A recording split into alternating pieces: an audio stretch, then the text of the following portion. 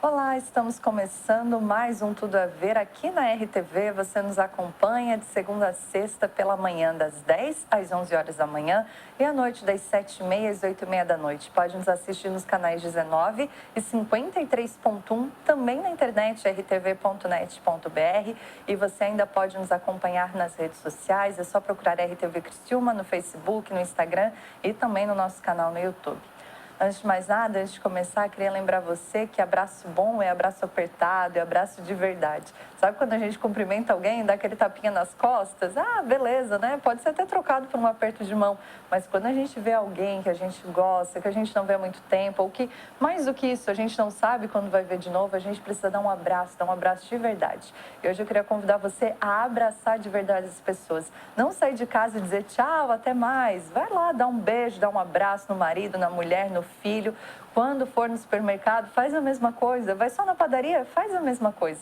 A gente não sabe, né, quanto tempo de vida a gente tem, quanto tempo de vida aquela pessoa tem e quantas vezes a gente fica com um abraço guardado e vai ficar guardado para sempre que a gente não conseguiu mais abraçar. Então, hoje eu queria convidar você a abraçar de verdade as pessoas que estão à sua volta, as pessoas que você ama, as pessoas que você quer por perto. Abrace sempre como se fosse a última vez. Isso faz as nossas relações mais próximas, nosso amor mais sincero e a gente tem menos arrependimento para depois. Vamos pensar nisso juntos? Um ótimo dia para todos nós.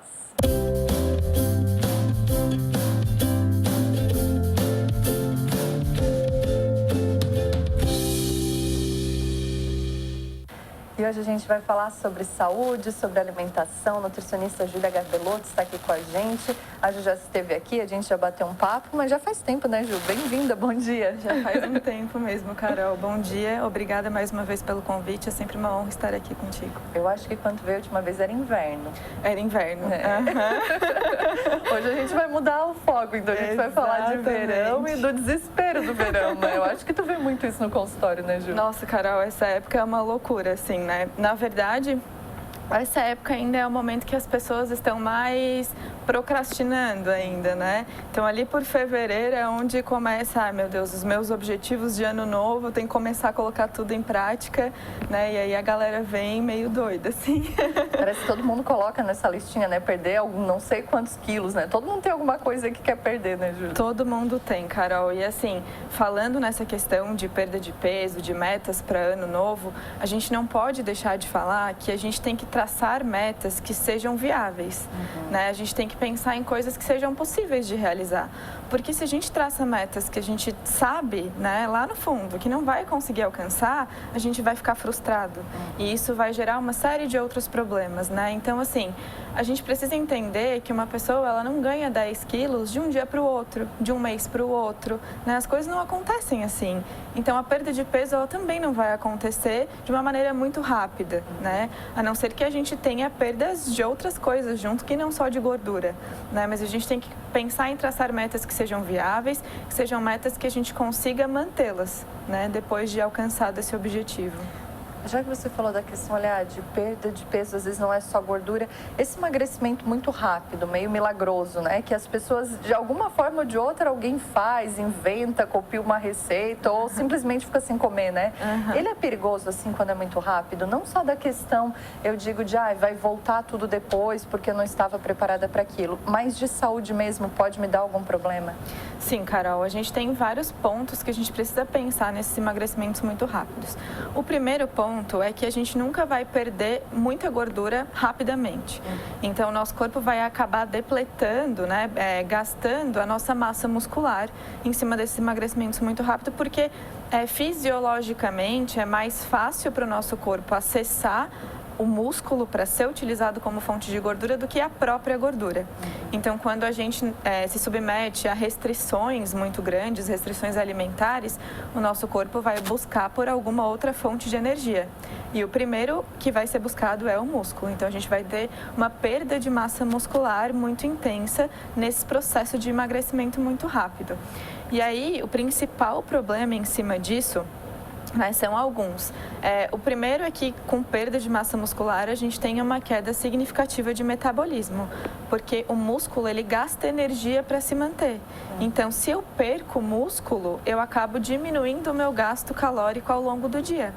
Então, cada vez eu vou ter que comer menos para manter o mesmo corpo, né? O segundo é que o nosso corpo, lá no nosso cérebro, a gente tem o que a gente chama de set point, que é um peso que todo mundo se mantém facilmente, sem grandes esforços, sem cuidar muito da alimentação. É aquele que quando a gente sobe na balança, a gente sabe assim, tá uma menos ou tá uma mais, né? Porque exatamente, é aquele peso que tu se mantém fácil.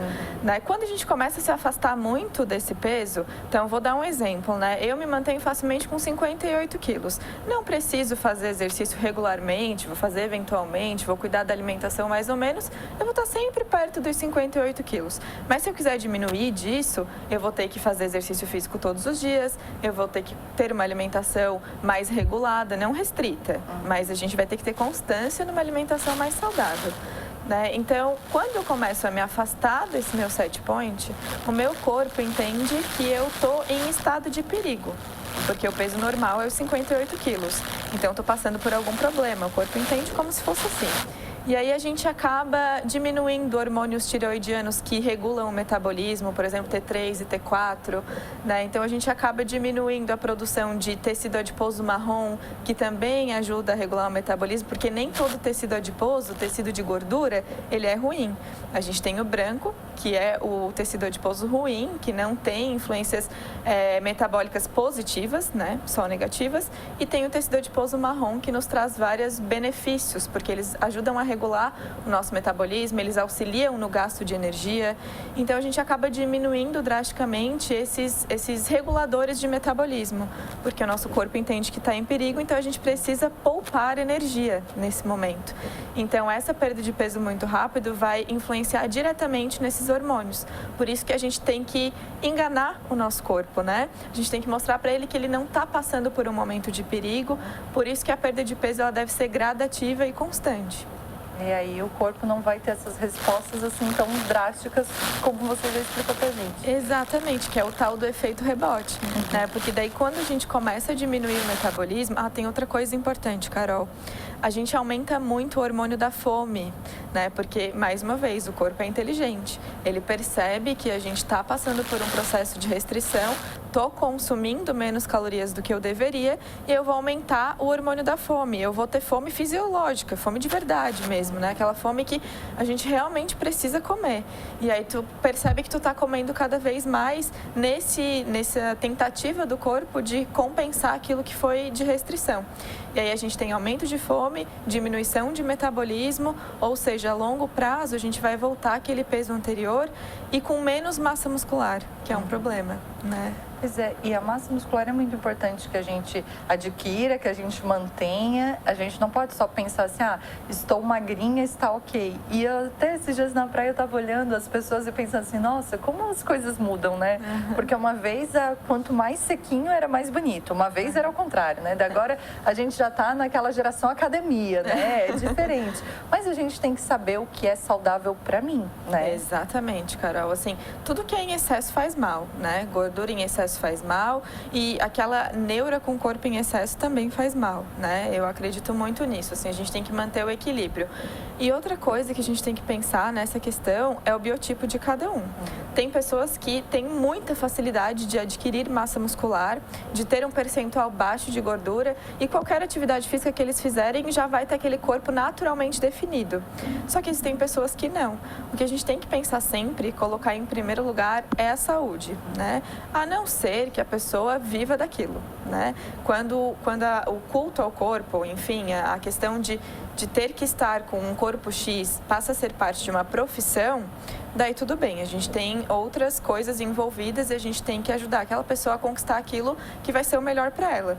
Mas pessoas comuns como eu, você, né, a maioria das pessoas que nos assiste, a gente precisa ter sempre um senso crítico e manter o equilíbrio, né? E a gente precisa aceitar o nosso biotipo, porque eu, Júlia, nunca vou conseguir ter perna fina, né? Não faz parte de mim isso. Eu sempre tive, desde pequenininha, perna grossa. Então, eu preciso aceitar que vai ser assim, né? Eu não vou nunca ter 1,80 de altura, eu sou pequenininha, né? Então, assim, a gente precisa se aceitar e não ficar se espelhando em pessoas que têm corpos que não são viáveis de a gente alcançar. A gente pode se espelhar na disciplina daquela pessoa, na organização daquela pessoa. Sim, isso é bem legal, mas a gente tem que entender que o corpo dela não é o teu. Né? E que a gente nunca vai alcançar aquele corpo, a gente tem que alcançar a nossa melhor versão. Né? E sim, a massa muscular é importante, porque além de todo o contexto metabólico que a gente já falou aqui, mantendo uma boa quantidade de massa muscular que a gente vai ter um envelhecimento mais autônomo, né, Carol? Que eu vou conseguir levantar, que eu vou conseguir agachar, que eu não vou ser aquele idoso que depende de outra pessoa para fazer as atividades cotidianas, as atividades normais. A gente não está nem falando de ser um idoso que pratica atividade física. Não, é aquele idoso que senta da cadeira sozinho, que levanta da cadeira sozinho, que toma banho sozinho, né? Então, a massa muscular, ela nos ajuda nesse processo de autonomia quando a gente estiver lá na frente. E é uma poupança que a gente faz para o futuro, né, Carol? É de agora que a gente vai construir todo esse processo.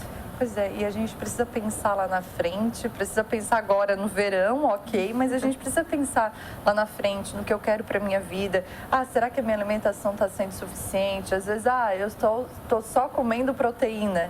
Eu estou só comendo gorduras que eu acho ainda que são gorduras boas. E aí a gente tem essa questão das dietas da moda, daquilo que aparece, mas a gente precisa cada vez mais entender o papel do nutricionista, papel desse acompanhamento que hoje ele já é multi, né? Já é um médico, um psicólogo, um nutricionista, para a gente entender que eu preciso ser saudável, não preciso ser bonito, com um corpo bacana para tu passar na praia e dizer, todo mundo dizer, né? Olha só, nossa, que abdômen bonito.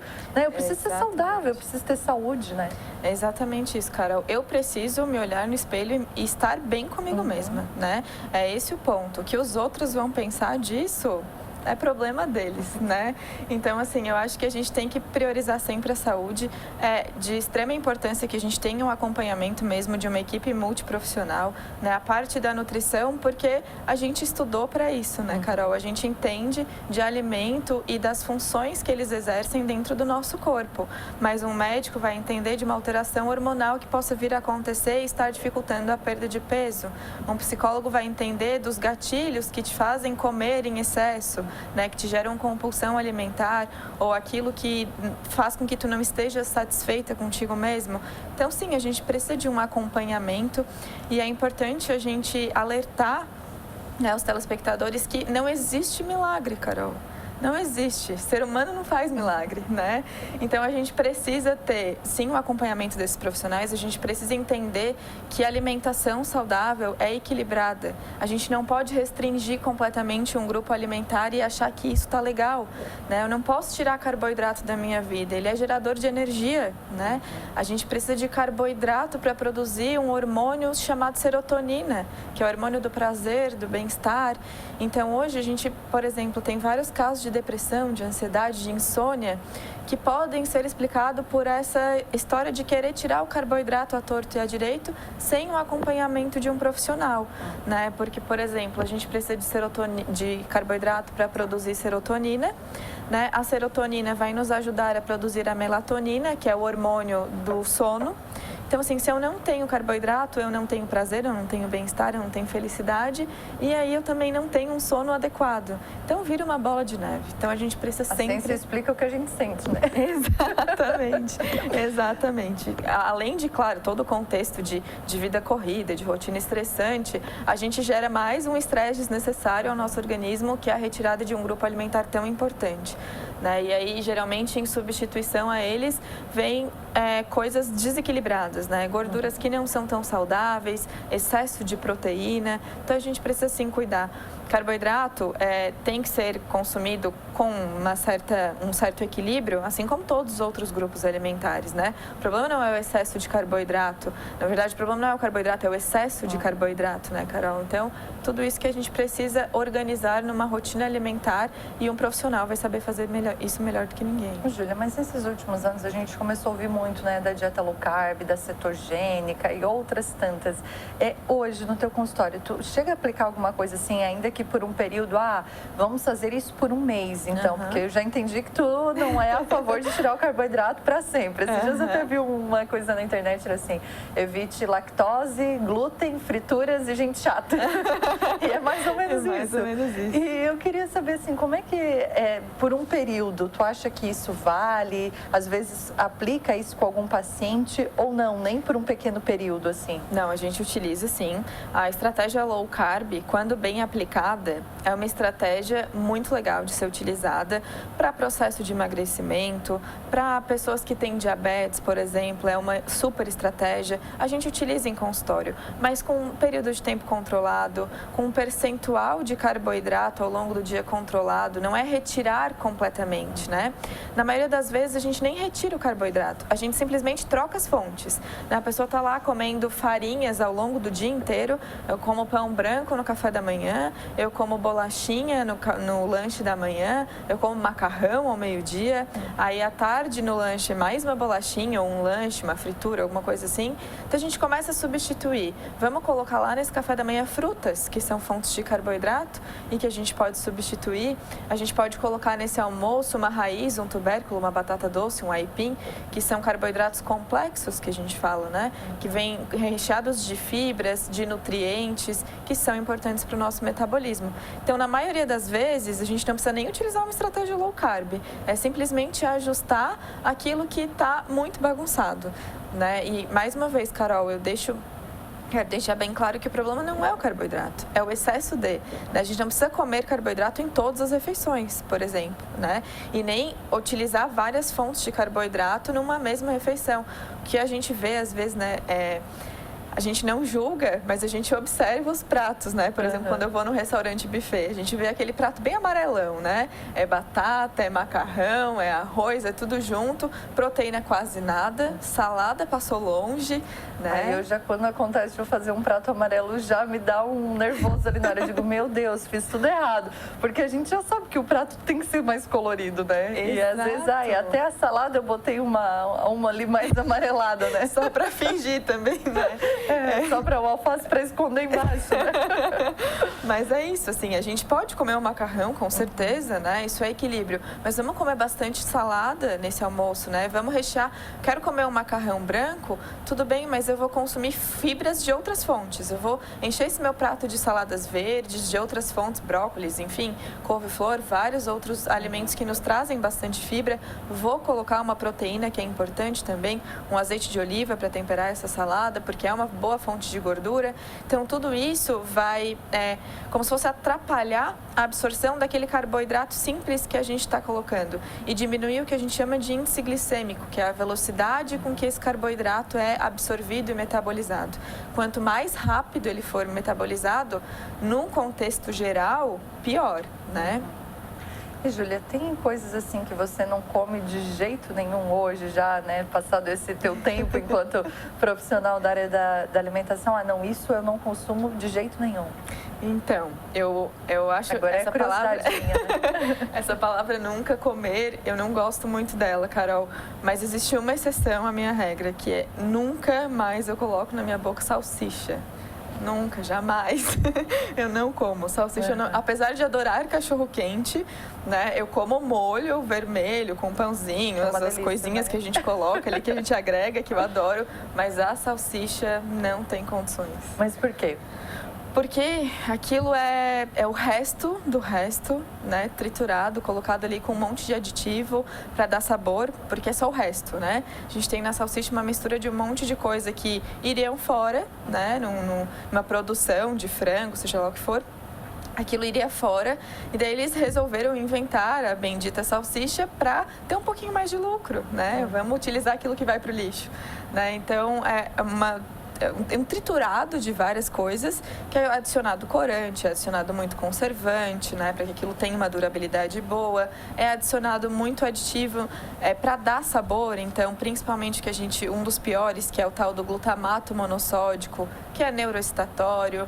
Então, assim, é muito é bem ruim, né? Além de colocar gordura também, para dar um pouco mais de sabor, né? Porque a gente adora gordura, o nosso cérebro se excita quando a gente consome gordura. Então, eu acho bem ruim, assim. Eu até te fiz essa pergunta porque muitas vezes a gente consome as coisas sem saber, né? E ultimamente eu tenho ouvido e lido algumas coisas a respeito de embutidos, Exato. né? E médicos falando sobre embutidos, sobre o perigo dos embutidos. Eu digo assim, tá, mas eu não sou da área da alimentação. O que é embutido, né? Daí tu vai pesquisar. Aí tu vai ver como é que é feito. E é isso, né? Que enquanto uma profissional da área, tu sabe de onde vem o alimento. E falta muito isso pra gente, né? Saber de onde vem isso que eu tô consumindo, né? Falta, Carol. E sabe uma prática que as pessoas podem ter que resolveria bastante disso, assim, é ler o rótulo dos alimentos. É tão importante a gente saber... Mas é tão difícil também, né, Julia? É difícil, mas assim, uma dica básica para que a gente comece a se interessar um pouco mais por isso. Pega um alimento X, né, por exemplo, a salsicha, e lê lá na lista de ingredientes o que vai dentro daquele alimento, o que tem ali, o que eu vou botar para dentro. Pode ter certeza, Carol, que dentro da lista de ingredientes de uma salsicha, por exemplo, vão ter vários nomes que a população geral não vai saber o que é.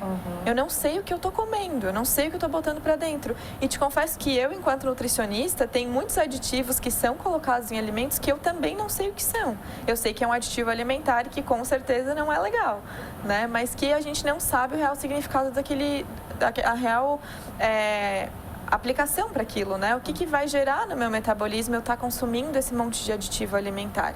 Então, assim, não precisa entender de tabela, né? Tem uma quantidade calórica muito elevada, uma quantidade de sódio muito elevada. A princípio, não precisa entender disso. Mas ler a lista de ingredientes e saber o que está sendo consumido, né? Se tem muito nome estranho, foge. Foge porque não é legal, né? E quando a gente fala a respeito disso, aqui na nossa região, a gente tem muita questão do carboidrato, né? Por conta da cultura italiana também. É muita questão de, um queijo da colônia, um salame da colônia, um torresmo. Eu imagino que no consultório as pessoas te questionem a respeito disso, certeza. né? O que a gente pode ou não pode, ou quantidade, assim, que tu indica com relação a esse tipo de alimento, Julia? Carol, eu adoro essas coisas, assim. Quem me conhece sabe, assim, que eu não recuso um bom torresmo, né? Eu adoro, de verdade. Só que são alimentos muito gordurosos. Então, consequentemente, eles têm um valor energético bastante alto. Então, a porção que a gente deve consumir, geralmente, é pequena. Vamos colocar aí em torno de 40 gramas de queijo, né? Um queijo colonial, ou 40 gramas de torresmo, mais ou menos. É uma quantidade pequena, se a gente for pensar no contexto que a gente costuma estar, né? E acaba comendo bastante daquilo. Mas tu falou uma coisa muito legal. A gente está numa região que, apesar de nós sermos um município bastante grande, nós ainda somos um município com cabeça de interior, né? Então, a gente tem acesso a essas coisas coloniais muito mais fácil, né? A gente sempre conhece um amigo do amigo que produz o queijo, né? A gente sempre tem um conhecido que produz um salame. A gente, claro, que tem que ficar ligado nessa questão higiênico-sanitária dessas produções, não dá para desconectar, mas tudo que é produzido de forma mais caseira, em pequena escala, né? A gente tem muitos produtores locais que têm alvará sanitário para fazer isso, mas que continuam produzindo de uma forma caseira. Então, é uma maneira de a gente também alimentar essa economia local, né? A gente conseguir comprar essas coisas de fornecedores. A gente tem uma feira maravilhosa aqui em Criciúma que tem essas coisas disponíveis. Tem Criciúma, tem Içara, tem Cocal, tem Uruçanga, tem Siderópolis. A maior parte dos municípios aqui tem essa feirinha que esse produtor ele tá dentro da legislação para poder estar ali, né? Exatamente. A gente tem também alguns pontos. Um lugar que eu gosto muito de comprar essas coisas é lá na cooperativa de Nova Veneza, Cofa 9, não sei, né, se eu posso falar. Pode. Mas eles têm produtos muito legais lá. A gente consegue encontrar torresmo sem aditivo alimentar, né? Torresmo que é produzido só o toicinho e o sal. Então, é perfeito. É isso que a gente tem que consumir se quer consumir. Não são coisas pra gente consumir numa rotina, né, Carol? Não é para todos os dias. Mas, eventualmente, se a gente puder optar por essas coisas mais caseiras, com menos aditivos, melhor, né? E essa questão dos ingredientes, perdão, é muito importante, né? A gente saber. E um dia eu ouvi da nutricionista, quanto menos ingrediente, alguma coisa melhor. Exato. E eu gosto muito de pasta de amendoim, eu como por gosto, né? Eu gosto. E eu como uma que tem amendoim. É isso. E é só isso, né? Exato. É amendoim, o jeito que foi feito e tal. Mas ela não tem mais nada. E eu como de uma forma mais tranquila. Eu sei que eu tô comendo amendoim em forma de pasta. Exatamente. Né? E se às vezes tu pegar uma outra e comparar, tem isso e aquilo, tem aquilo. Coisas que a gente realmente, eu te disse que é difícil ler, às vezes, a lista de ingredientes, porque a gente não entende o que está escrito ali, né? Mas é essa a dica, assim, se não entender o que está escrito ali, não leva, né? Porque é um monte de aditivo que a gente não tem necessidade de consumir. A questão do pão integral, né? Que é sempre uma pergunta muito recorrente em consultório. Nutri, qual pão escolher? Né? Então, assim, se é pão integral, o primeiro ingrediente tem que ser farinha de trigo integral, né? Porque a lista de ingredientes sempre começa do que tem mais para o que tem menos. Então, se eu estou te vendendo um alimento como integral, eu preciso que tenha mais farinha integral do que farinha branca, né? Se possível, só integral, melhor ainda, mas é difícil de a gente encontrar no mercado. Mas então que o primeiro ingrediente, pelo menos, seja farinha integral. Se tiver enriquecido com outros cereais, aveia, quinoa, chia, né? Outras sementinhas que nos trazem uma concentração de fibra maior, melhor ainda. Então, a gente ficar ligada nessa descrição do alimento, né? E também na ordem que esses alimentos, esses ingredientes estão colocados. Júlia, para fechar, essa semana eu vi um post teu no Instagram falando sobre algumas dicas, né, para as pessoas não se desesperarem no verão. Você elencou 5. Eu queria que tu falasse um pouquinho sobre isso. Vou falar, Carol. Assim, a questão que a gente já comentou, eu acho que a gente tem que cuidar para traçar metas que sejam viáveis, né? Então, cuidar com a frustração. O segundo ponto muito importante, Carol, é que as pessoas tenham organização. Eu digo para todos os meus pacientes que a chave do sucesso é ter organização. Porque se a gente deixar a vida nos levar, a gente vai porque é mais fácil, né? A gente vai se perder na rotina porque todo mundo tem uma rotina atribulada e corrida. A gente precisa organizar a nossa alimentação, planejar a semana, ou pelo menos um dia antes planejar o que tu vais comer no dia seguinte. Então, organização é super importante. Eu sempre digo que a gente tem que desconfiar de quem complica, né? Porque a alimentação saudável é uma coisa natural. Então, a gente não pode querer colocar coisas mirabolantes numa alimentação saudável. A gente tem que entender que tudo faz parte de um contexto alimentar saudável. O que vai mandar é a quantidade, é a nossa consciência, né? Então, a gente tem que aprender a despertar isso também. E a gente precisa entender que milagres não existem, né? Então, a gente precisa traçar uma meta que seja viável e pensar em quanto tempo eu vou alcançar aquela meta, né? O caso dos 10 quilos. Quanto tempo eu levei para engordar 10 quilos? Eu não posso querer perder 10 quilos em 2 meses, porque eu vou me frustrar, né? Então, a gente precisa traçar coisas que nos permitam a constância, né? Eu consigo fazer atividade física 3 vezes por semana? Ok, 3 vezes por semana, mas vou ser constante nisso. Toda semana eu vou 3 vezes por semana. Eu consigo manter, das minhas 5 refeições diárias, 4 eu consigo manter 100% saudável. 4 vão ser 100% saudável. Tem que ter constância, né? Quando a gente traça uma meta.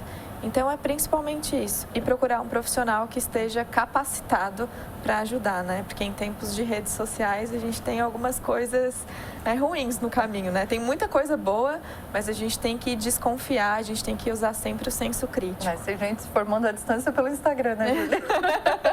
E como tem, né, Carol? Júlia Garbelotto, muito obrigada. Eu queria que tu deixasse o contato, ou rede social, alguma forma, né, para quem está nos assistindo poder te acompanhar. Eu que agradeço, Carol, mais uma vez o convite. Então, a gente tem as mídias sociais, Instagram é @NutriJuliaGR e tem também o contato de WhatsApp para marcar consulta, se quiser tirar alguma dúvida, que é 99909-0163. 9909-0163. Muito obrigada. Essa é a Júlia Garbelotto, nutricionista, conversando com a gente aqui no Tudo a Ver. Tem intervalo, a gente volta rapidinho com mais informação. Não saia daí.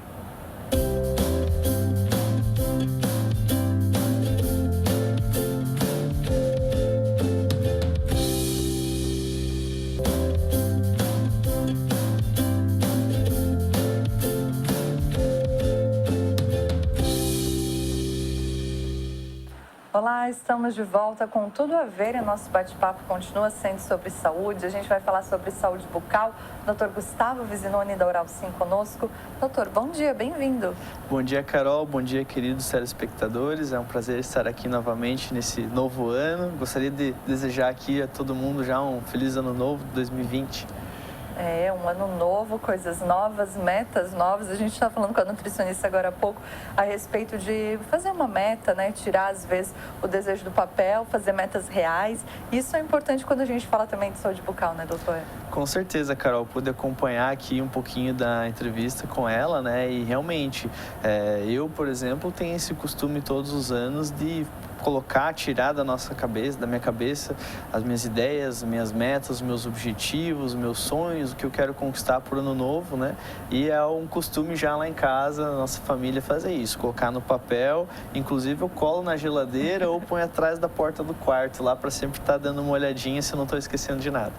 É importante, e quando a gente fala de meta, a gente fala de planejamento, quando a gente coloca no papel, né, como objetivo mesmo, a gente já traça, né, qual é o caminho para chegar àquilo. E às vezes as pessoas querem, como a gente falou, emagrecer 10 quilos, querem um carro novo, querem um sorriso novo, mas a gente precisa saber o que eu vou fazer para chegar até lá. Tem que dar o primeiro passo, né? Tem que dar o primeiro passo, Carol. É isso que você falou, é bem comum, né? Acho que é meta de todo mundo. A minha meta, por exemplo, esse ano é ter uma vida mais saudável, me alimentar melhor, tá entre uma das metas. Então, eu me identifiquei bastante ali com a entrevista que você estava fazendo agora com a nutricionista.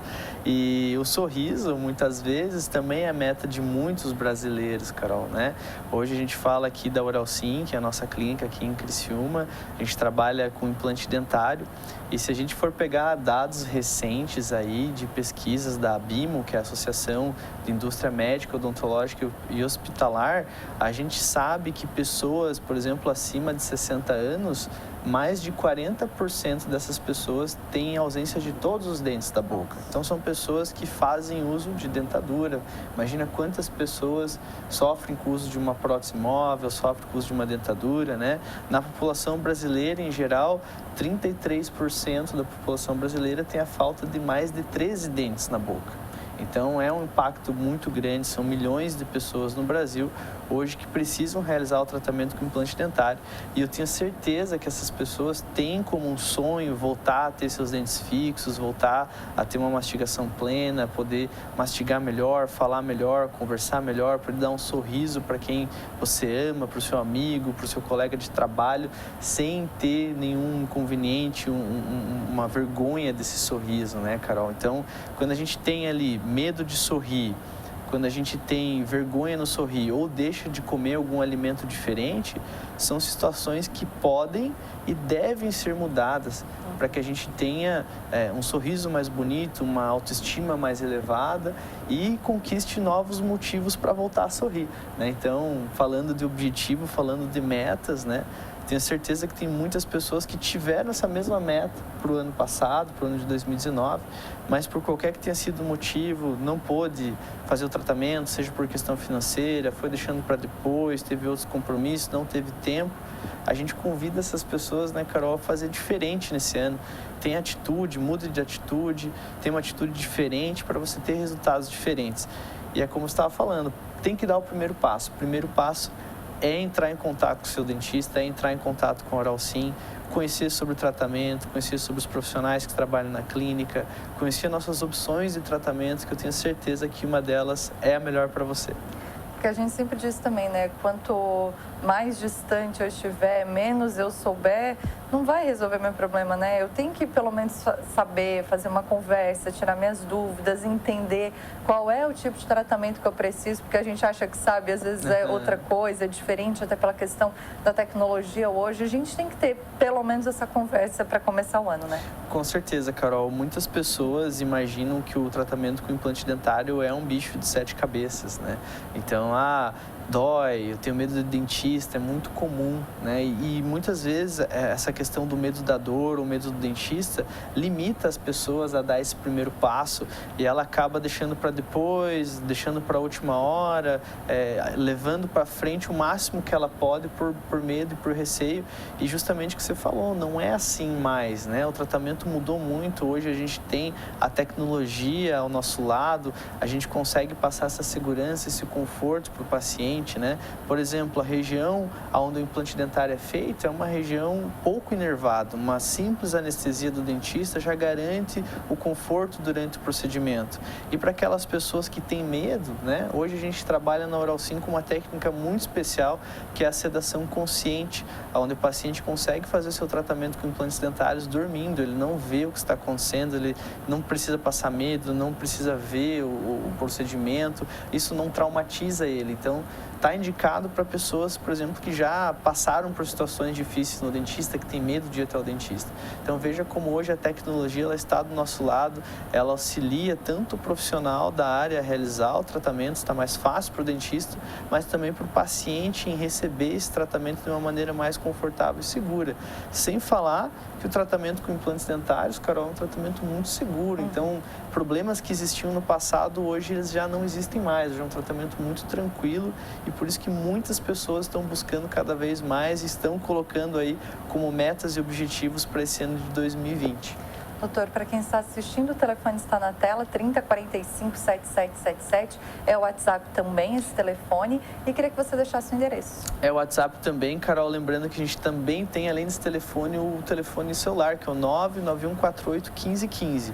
A nossa clínica, ela fica localizada na rua João Sequinel, número 549, a gente conta com amplo estacionamento para os nossos clientes, é a mesma rua ali do Hospital São José, bem fácil a localização.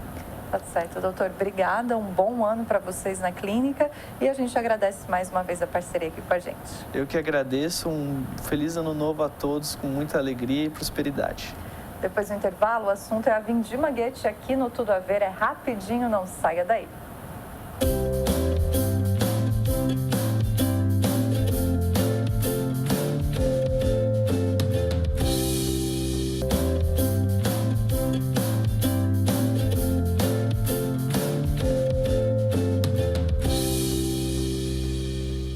Estamos de volta com Tudo a Ver. Agora eu recebo aqui o Sérgio Luiz Macari, o Serginho, né, que a gente conhece. A gente vai falar um pouquinho sobre Vindima. Então, o Serginho já veio falar sobre muitos assuntos. Hoje a gente vai falar um diferente sobre a Vindima. Serginho, bem-vindo, bom dia. Bom dia, Carol. Realmente, a Vindima ela é um evento bem diferente, né? Diferenciado de tudo aquilo que as pessoas estão acostumadas a ver em Uruçanga e aqui na região. É uma grande satisfação poder trazer as informações da Vindima aqui no teu programa. Para quem não sabe do que a gente está falando, Serginho, o que é a Vindima Guete? Então, a Vindima, ela é a celebração da colheita da uva. Então, é um evento que ele acontece em todas as regiões que produzem uva e vinho. Então, ele é um evento em escala mundial. Como cada região produz a uva e faz a colheita em uma época diferenciada, então a Vindima ela acontece ao longo do ano inteiro nas mais diversas partes do mundo. E aqui nos Vales da Uva Guete não é diferente. Então essa celebração já é a 12ª edição, né, nesses 140 anos que se produz uva ali em Uruçanga, e ela realmente traz todo esse aspecto da produção da uva, do início da produção do vinho, da colheita, da fabricação do vinho, os processos iniciais, e oportuniza as pessoas que conheçam, né? Tudo que acontece antes da bebida estar ali engarrafada e à disposição para ser apreciada pelo público.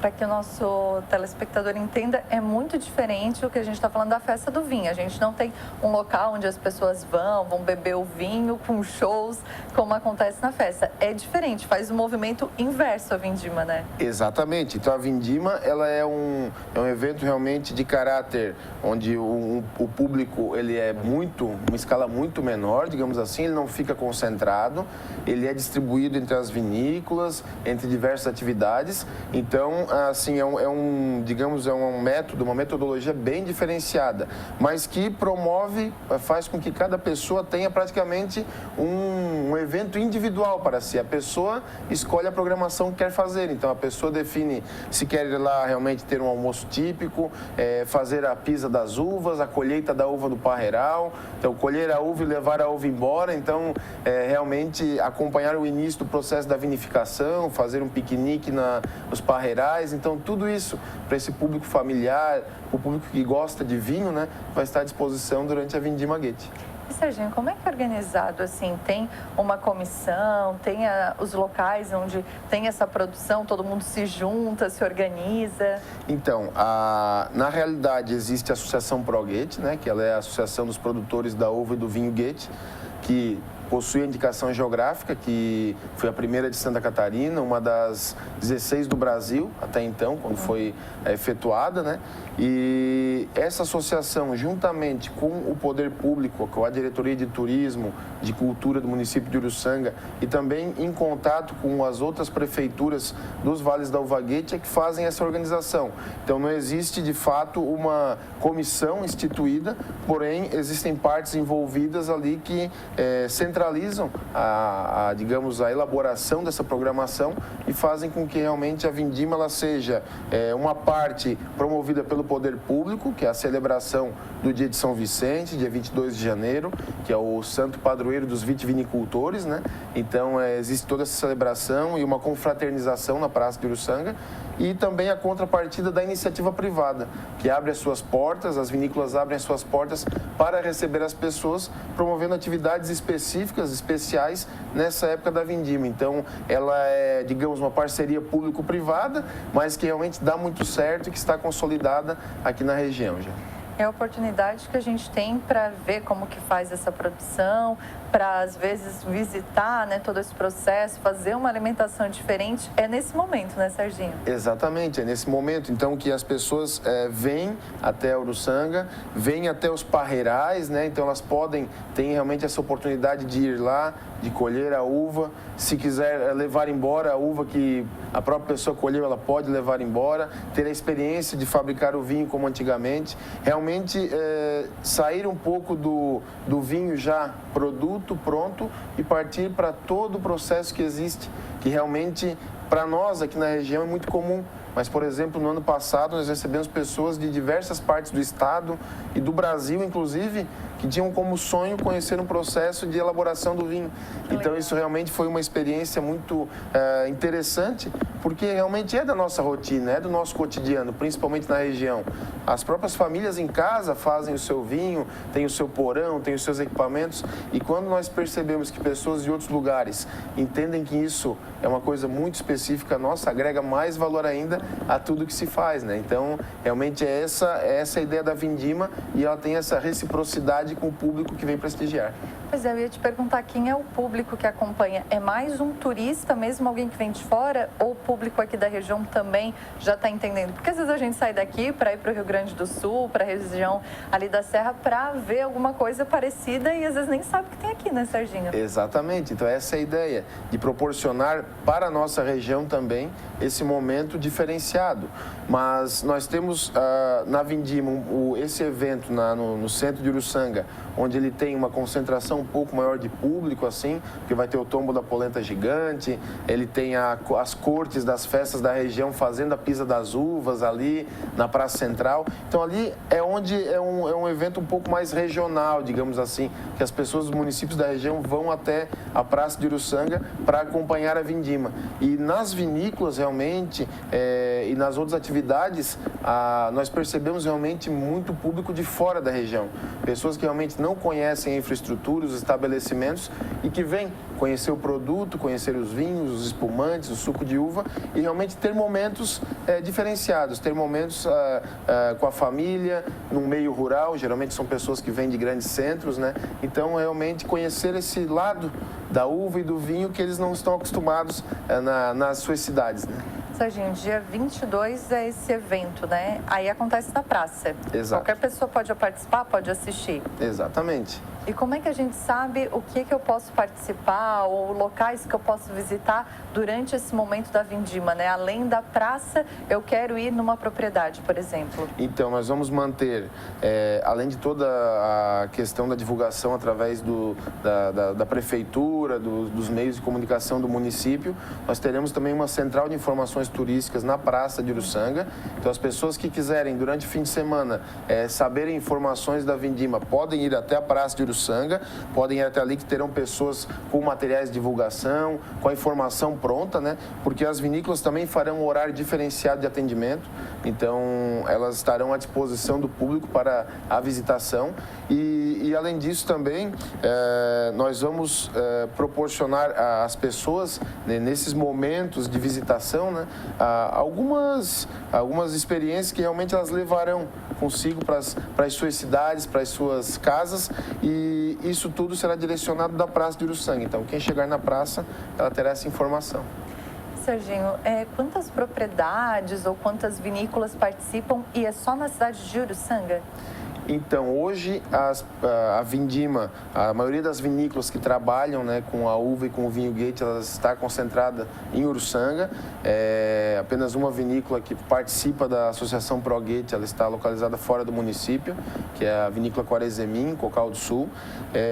E hoje, as 4 vinícolas de Uruçanga que são mais, digamos assim, envolvidas na Vindima, né, nessa organização, e através de aproximadamente 55 hectares de uva Goethe que estão plantados, né?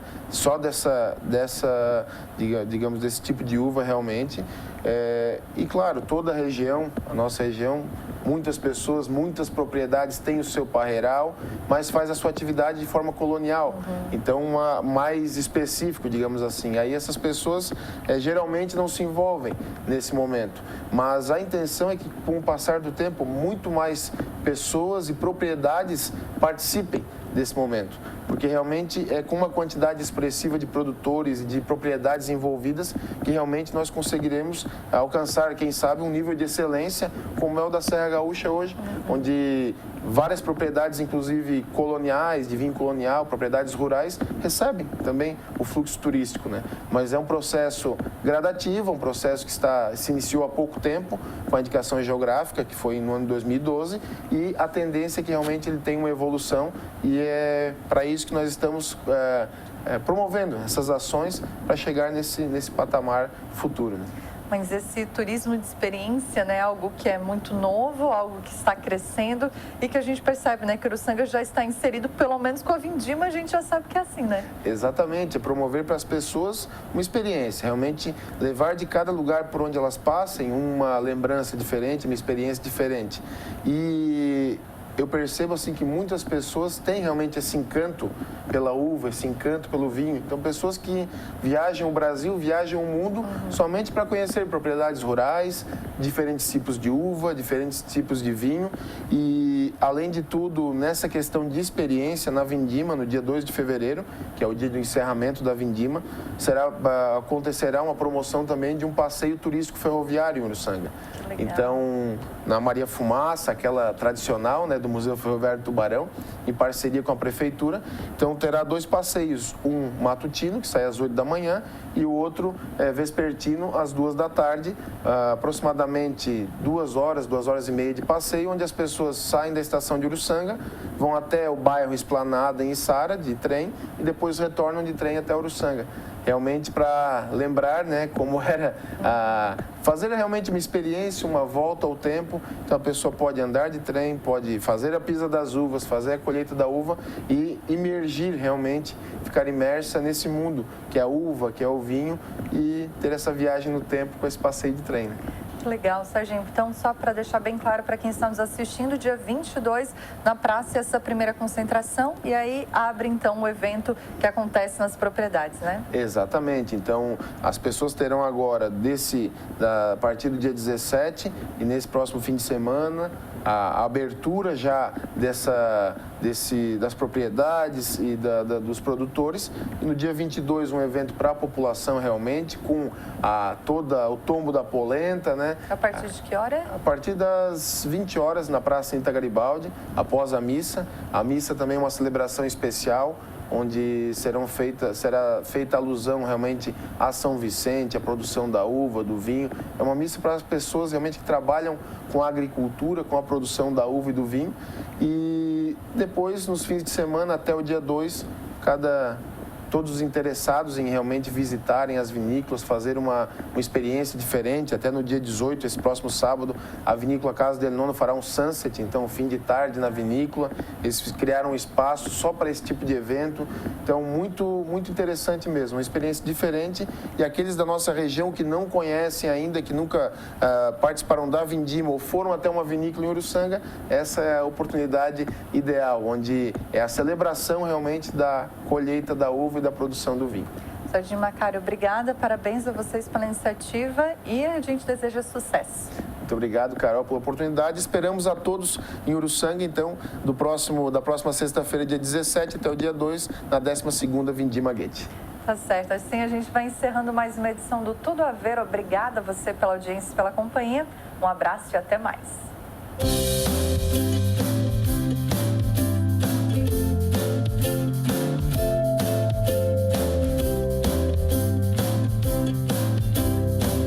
Programa Tudo a Ver. Oferecimento Chiquinho Móveis.